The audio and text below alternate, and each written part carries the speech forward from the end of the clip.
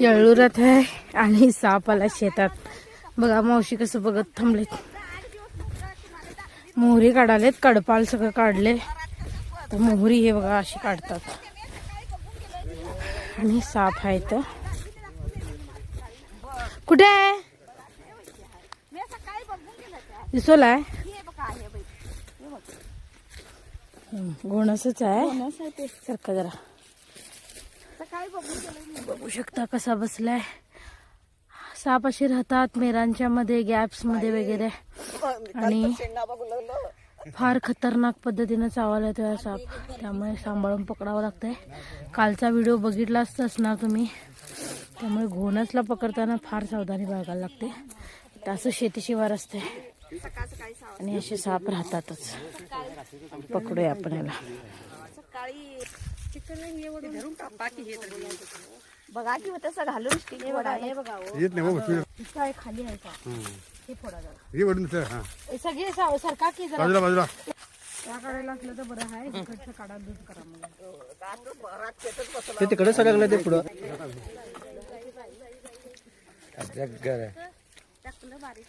सरका सरका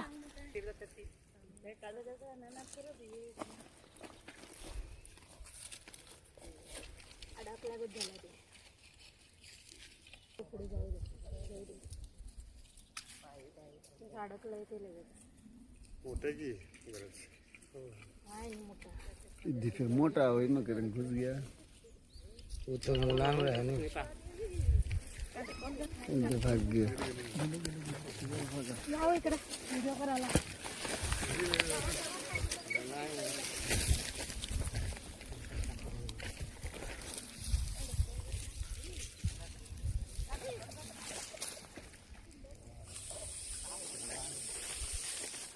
कसं येऊ मी थांबा थांबा एक मिनिट. इकडे वाट कर. इकडे वाट कर दादा वाट कर. तिकडे कर वाट लवकर. का म्हटलं तर हे